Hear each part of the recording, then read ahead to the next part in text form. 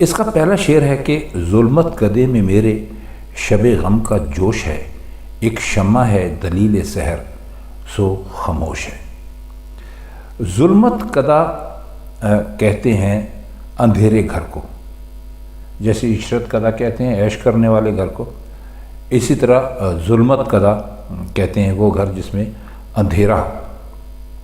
اور شب غم کا جوش کا مطلب یہ ہے کہ جو غم کی رات تھی وہ اپنے پورے جوبن پر ہے، یعنی بہت زیادہ غموں سے بھری ہوئی رات ہے۔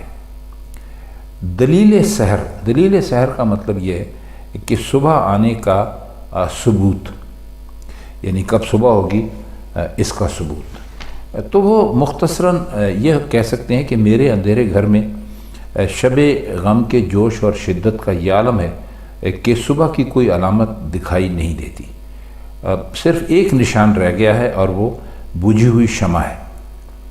یعنی اندھیرے کی شدت واضح کرنے کے لیے جس شے کو صبح کی دلیل ٹھہرایا، یعنی شمع کو، وہ خود بجھی ہوئی ہے، یعنی اندھیرے کے تصور میں اور اضافہ کرتی ہے۔ دوسرا شعر دیکھیے کہ نے مژدہ وصال نہ نظارہ جمال، مدت ہوئی کہ آشتی چشم و گوش ہے۔ مژدہ کہتے ہیں خوشخبری کو، اور نظارہ جمال کہتے ہیں محبوب کو دیکھنے کو۔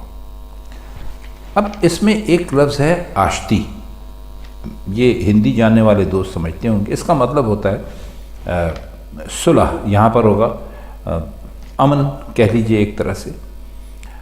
اور چشم کہتے ہیں آنکھ کو، اور گوش کہتے ہیں کان کو۔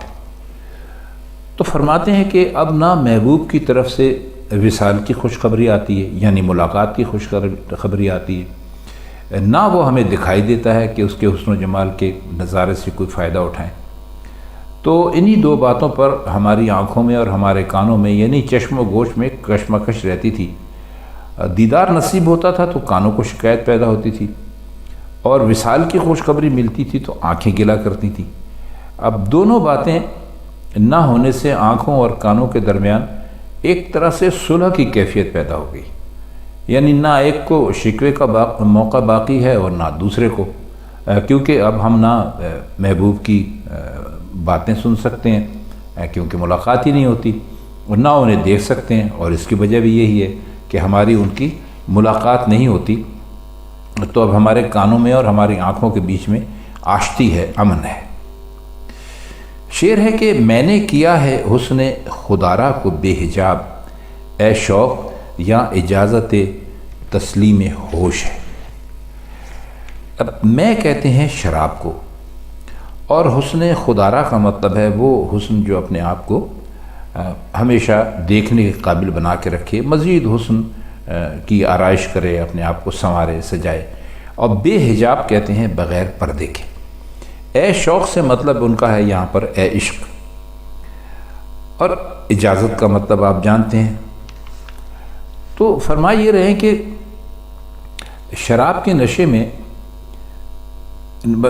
نشے نے اس محبوب کو شرم اور حجاب سے بے نیاز کر دیا، جسے ہر وقت اپنی آرائش کا خیال رہتا ہے۔ لیکن اے شوق اپنے آپ کو مخاطب کر کے اپنے عشق سے کہتے ہیں اس حالت میں ہوش و حواس گم کر دینا اور ضبط اور قرار کو بالکل ختم کر دینا بالکل جائز ہے، اور اس پر کوئی اعتراض نہیں ہو سکتا۔ اس نوعیت کی شعر آپ کو ہم پہلے بھی بتا چکے کہ وہ جیسے رات کے وقت میں پیے ساتھ رقیب کو لیے آئے وہ یہاں خدا کرے پر نہ خدا کرے، کہ یوں تو اس کا مطلب یہ نکلتا ہے کہ بھائی وہ رات کے وقت شراب پی کر ہمارا محبوب آ جائے، لیکن اس کے ساتھ کوئی نہیں ہونا چاہیے، خاص طور پہ رقیب کو تو ہونا ہی نہیں چاہیے، تاکہ ہم اس کے ساتھ کچھ ایسا کر سکیں کہ جس کا اس کو شراب کے نشے میں علم نہ ہو۔ اور وہ شعر ہے کہ دھول دھپا اس سراپا ناز کا شیوا نہ تھا، ہم ہی کر بیٹھے تھے غالب پیش دستی ایک دن، کے مطلب یہ ہے کہ وہ ہاتھ لگانا محبوب کو جو ہے اس کے لیے، تو یہ اے شوق جو ہے یہاں اجازت تسلیم ہوش ہے۔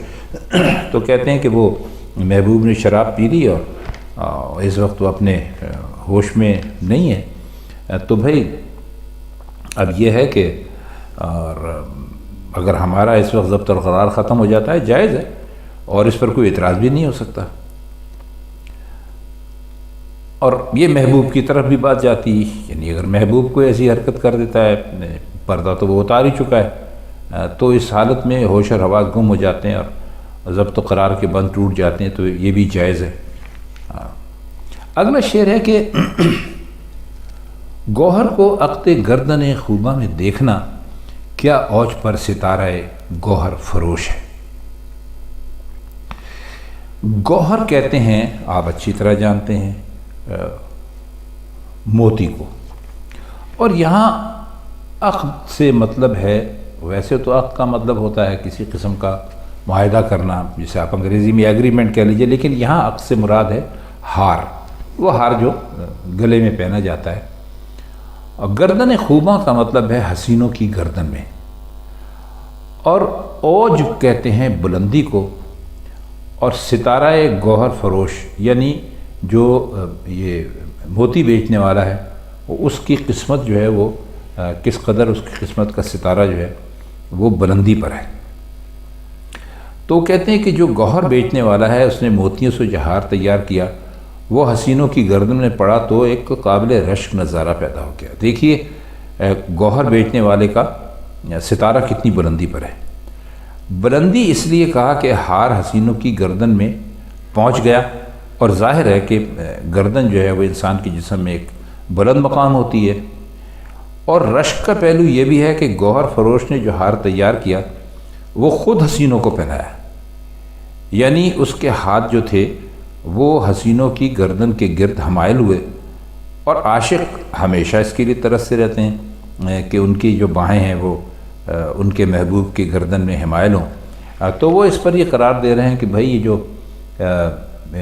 جو گوہر بنانے والا ہے، اس کو دیکھیے آپ، گوہر بیچنے والا جو ہے، اس کی قسمت دیکھیے کہ اس نے نہ صرف ہار بنایا بلکہ اس کو محبوب کو، ہمارے محبوب کو خود پہنایا بھی۔ تو ظاہر ہے ہار پہناتے وقت جب آپ کسی کو ہار پہناتے ہیں تو آپ کی باہیں اس کی گردن کے گرد تو ہوتی ہیں، تو اسی پر انہیں ایک رشک محسوس ہوا، تو انہوں نے یہ شعر کہا۔ شعر دیکھیے کہ دیدار بادہ حوصلہ ساقی نگاہ مست، بزم خیال میں کدائے بے خروش ہے۔ اب اس میں دیدار بادہ کا مطلب ہے دیکھنے کی، حسن کی شراب، حوصلہ ساقی یعنی ساقی کا حوصلہ، نگاہ مست مست نگاہیں، بزم خیال میں کدائے بے خروش ہے۔ اب اس میں کہتے ہیں کہ محبوب کے تصور کی محفل بھی ایک شراب خانہ ہے، مگر اس میں کوئی ہنگامہ اور کوئی آج کی زبان میں کہہ لیجئے تو کوئی ہاؤ ہو یا ہلا گلا نہیں ہے۔ اس شراب خانے میں دیدار کی شراب ملتی ہے، اور جو حوصلہ ہے ساقی کا، اور جو انسان کا حوصلہ ہوتا ہے وہ ساقی گری کا کام انجام دیتا ہے، اور نگاہیں مست رہتی ہیں۔ مطلب یہ کہ تصور میں بھی محبوب کا دیدار نصیب ہوتا ہے جتنا کسی کا حوصلہ ہو، اس کے مطابق شراب مل جاتی ہے اور نگاہیں مست رہتی ہیں۔ یہاں پر اگر آپ اس کو تصور کو آپ مراقبہ سمجھیں، مراقبہ ہوتا ہے کہ جب آپ ساری دنیا سے بالکل بے خبر ہو کر آنکھیں بند کر کے تنہائی میں رات کے وقت کسی ایک کونے میں بیٹھ جاتے ہیں اور آپ اللہ کا تصور کر لیتے ہیں، تو اس کا یہ مطلب بھی ہو سکتا ہے۔ اور جو شعر ہے اس کو بجائے اس کے کہ محبوب مجازی یعنی عام کسی دوسرے انسان کی بجائے اس کو ہم محبوب حقیقی سے متعلق بھی سمجھ سکتے ہیں۔ اب اس کی اگر ہم تفصیل میں جائیں گے تو ظاہر ہے کہ یہ ویڈیوز اتنی لمبی نہیں ہوتی کہ اس پر ہم بات کر سکیں، لیکن کبھی انشاءاللہ وقت ملا تو ضرور ہم کریں گے اس پر بھی، عشق حقیقی اور عشق مجازی میں کیا ہوتا ہے فرق، اور یہ کیسے کیسے شاعروں نے استعمال کیا، تو اس پر انشاءاللہ پھر کبھی ضرور بات ہوگی۔ اس غزل کا آخری شعر ہے، آتے ہیں غیب سے یہ مضامین خیال میں، غالب سریر خامائے نوائے سروش ہے۔ سریر خامہ کا مطلب ہوتا ہے وہ آواز جو لکھتے وقت قلم سے پیدا ہوتی ہے۔ یہ غالب کے زمانے میں جس قلم سے لکھا کرتے تھے ان کی مراد اس قلم سے ہے۔ یہ قلم نہیں ہے جو آج کل ہم اور آپ استعمال کرتے ہیں، یہ بال پوائنٹ اور یہ دوسرے قلم جو ہوتے ہیں، خیر اب تو ان کا بھی اتنا، جسے پین کہتے ہیں، وہ مراد ان کی نہیں ہے۔ اور نوا کہتے ہیں آواز کو، اور سروش کہتے ہیں فرشتے کو۔ تو نوائے سروش کا مطلب ہے فرشتے کی آواز۔ تو وہ اپنے آپ کو مخاطب کرتے ہوئے کہتے ہیں کہ غالب، یہ جو تیرے خیال میں عجیب عجیب اور غیب سے مضمون آتے ہیں، تو یہ تمام کے تمام یہ سمجھ لے کہ فرشتہ جو ہے یہ اس کی طرف سے تجھ پر آتے ہیں، یعنی تیرے قلم کی آواز جو ہے وہ فرشتے کی آواز ہے۔ یعنی جو بھی مضامین ذہن میں آتے ہیں یا خیال میں آتے ہیں، اور وہ مضامین ایسے ہوتے ہیں کہ جن کو دنیا کے مضامین نہیں کہا جاتا۔ تو اس لیے انہوں نے اس شعر میں اپنے لکھنے کو یہ بتایا کہ ایک غیبی امداد ہے جس کی بل پر جو کچھ میں لکھتا ہوں وہ سب لوگوں کے سامنے شعروں کی شکل میں پیش کر دیتا ہوں۔